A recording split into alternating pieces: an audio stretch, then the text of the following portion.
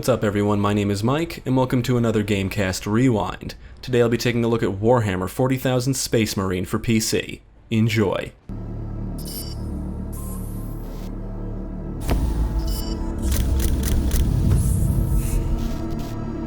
Warhammer 40,000 seems pretty cool. Space Marines, Orcs, Chaos Demons, Gene Stealers, guns, explosions, melee combat. Yeah, I'm interested. I've never gotten into any tabletop games, but Warhammer has always appealed to me simply because it looks cool. I think I would enjoy setting up the figures more than playing the game though. However, the Warhammer video games are a different story. The first one I ever played was Space Marine. I beat it on 360 twice and it took me forever to get it on Steam. I think it was one of those games that never went on sale or never dropped below $15. I don't remember, so I could be wrong, but that's usually why I hold out. Developed by Relic Entertainment and published by THQ, Warhammer 40,000 Space Marine was released for PC, PlayStation 3, and Xbox 360 in September 2011. For this review, I played the PC version. I remember enjoying my time with it when I played it on 360 and just felt like playing it again. This review will contain some spoilers, so if you're sensitive to spoilers, I would advise you to stop watching now. You have been warned. Now let's take a look at Space Marine and see what it's all about. Space Marine is a third-person action game. You and your squad members run around the environments and kill enemies. You can walk, run, dive, and use your melee and ranged weapons to defeat your foes. You can hold one melee weapon and 4 ranged weapons. You do have to keep an eye on your health and armor because while armor will regenerate, health will not. You have to execute enemies to replenish health. In order to do that, you have to stun them first. This health system encourages you to utilize both your ranged and melee weapons. The game strikes a good balance between melee and ranged combat. Whether you're gunning down enemies or chopping them up, the combat looks and feels brutal. It's awesome. The only thing I don't like about the melee combat is that there's no way to really defend yourself. You can't block, parry, or counter. You can dive out of the way, but that's about it. Also, when you're in the middle of an execution, you can still take damage and you can't cancel the execution. You're always outnumbered, so it's not always easy to avoid taking damage, and it becomes more of an issue later in the game when you're up against tougher enemy types. But the melee combat can be so much fun that the good outweighs the bad, and dying just gives you another reason to do it all over again, and it never gets old. The combat is the real highlight of Space Marine. The fact that both the melee and ranged combat feel equally satisfying makes the gameplay extremely enjoyable. My only issue with the ranged combat is that there's no cover system. Enemies can be pretty accurate, and I know the game really wants you to engage enemies from afar and up close, but there are a few scenarios where you're just better off hanging back and picking them off. The friendly AI isn't spectacular, but they will kill a few foes here and there, at least they won't get in your way. As you progress through the campaign, you'll come across what I think are pods which house weapons, equipment, and purity seals. Some of the weapons you find are more or less weapon upgrades or upgraded variants of your current weapons. Equipment includes items like jump packs and the Iron Halo. Unfortunately, you can only use the jump pack for a limited time, but these segments are a lot of fun. You can jump high in the air and then slam down on the ground, killing or stunning any nearby enemies. The Iron Halo generates a personal energy shield around you. Then there's the Purity Seals, which affect your Fury. The first seal grants you Fury Mode. Once your Fury meter is full, you can enter Fury Mode, where your melee attacks are enhanced, and you regain health until the meter is drained. The other seals you find will basically enhance your Fury. There's one that lets you slow down time by aiming or zooming, allowing you to pick off enemies easier. Another that causes your Fury to drain significantly slower. And another that lets you gain Fury at an increased speed. The pacing in this game is great, and just when you think you've seen everything it has to offer, something new is thrown at you. You'll get your hands on a decent variety of weapons. You'll start with the basic weapons like the bolt pistol and combat knife, but soon you'll be blowing enemies away with a bolter and decimating them with a chainsword. I find that each weapon is useful. The pistols are great fallback weapons because they have infinite ammo. The bolter is great in almost any situation, and the las cannon is easily my favorite long-range weapon in the game. I love this thing. It can take down the big tough baddies quickly. The Melt-A-Gun is great for crowd control, and the Vengeance Launcher is like a grenade launcher, letting you fire sticky explosive charges and detonate them manually. There's 4 melee weapons in the campaign: the Combat Knife, Chainsword, Power Axe, and Thunder Hammer. Aesthetically speaking, I think the Chainsword is the coolest one, but I found myself using the Power Axe the most. It's great against most threats, and while the Thunder Hammer is the most powerful, it's slow to swing, and you can only use 2 ranged weapons when wielding it. The enemies aren't super intelligent, but they are accurate with ranged weapons. Standing out in the open will often result in you losing health quickly. You can stand behind objects and then run out to attack, but there's no traditional cover system as mentioned earlier. Many orcs will just rush you, others run around, take cover behind objects, shoot at you, and throw grenades. Pretty standard stuff. However, I have seen them get stuck behind objects, and at one point, there was a group of orcs that were just oblivious to my presence.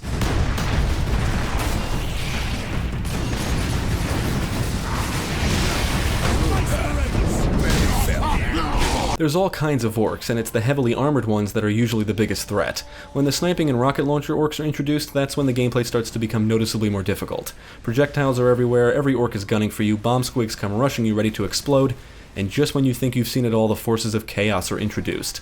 Demons are quick, psychers can unleash a devastating ranged attack, and they hold open warp rifts that other enemies come pouring through, and Chaos Space Marines and Renegade Militia will be shooting at you from everywhere. Now, there are some boss battles, but they're not very difficult, and the final boss is just disappointing.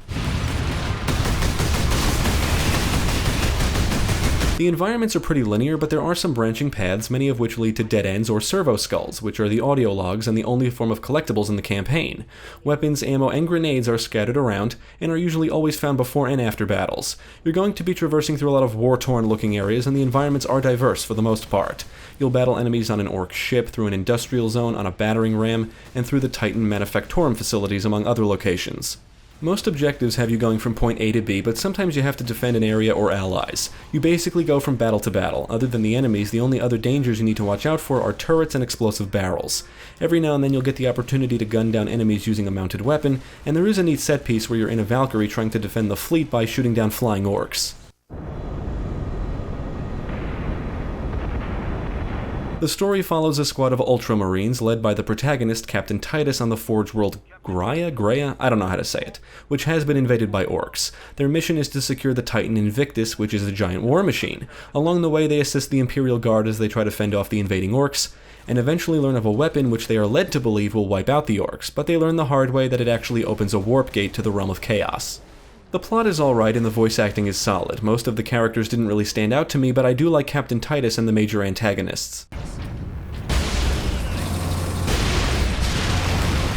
Space Marine is a pretty good looking game, at least for its time. I still don't think it looks too bad. The architecture of buildings and structures looks great, and the environments are filled with plenty of detail. Buildings and structures will appear visibly destroyed, with rubble all over the place. Dead bodies are scattered around, skulls or skull insignias can be seen everywhere, blood will appear on Titus's armor during battles, and the gore effects are phenomenal. You can turn enemies into gibs, blow off their limbs, there's a satisfying explosion of blood when you kill an orc, and blood splatters everywhere. Now, the executions are glorious. You'll witness Titus stomp on an enemy's head, rip their heads open or off, he'll shove his chainsword into enemies, and you can take an orc shield and beat them to death with it. The audio work is excellent for the most part. Weapons fire and explosions sound great, and enemies shout and groan when taking damage and dying. The music, on the other hand, is pretty forgettable. I can't think of one standout tune, and I don't even think I noticed the soundtrack until well after the halfway point. The music that is present is just uninspired. From a technical standpoint, I didn't encounter any issues. The game ran great.